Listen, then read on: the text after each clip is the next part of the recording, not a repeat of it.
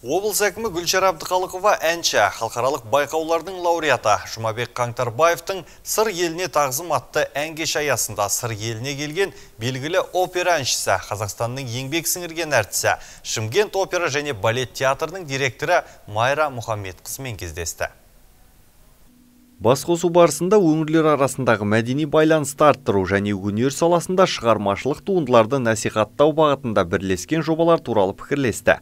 Өнер қайраткері бірлесіп жұмыс жасауға қызығушылық білдіріп, ізгілік пен парасаттылықтың үлгісі атанған Домала ғана образын ашатын жаңа опера туындысын сыр елінде қою туралы ұсыныс жасады. Аймақ басшысы Майра Мұхаммедқызының шығармашылығын аса жоғары бағалайтынын атап өтті және Қазақстанның алғашқы мәдени астанасы Қызылорда қаласында сахналық өнерді одан сайын дамытуға арналған игі бастамаларды әрқашан қолдайтынын жеткізді. Айта кетейік, Жұмабек Қаңтарбаевтың «Сыр еліне тағзым» атты ән кеші бүгін, яғни 18 наурыз күні сағат 19:00-де Нартай Бекежанов атындағы Қазақ академиялық драма театрында өткізіледі.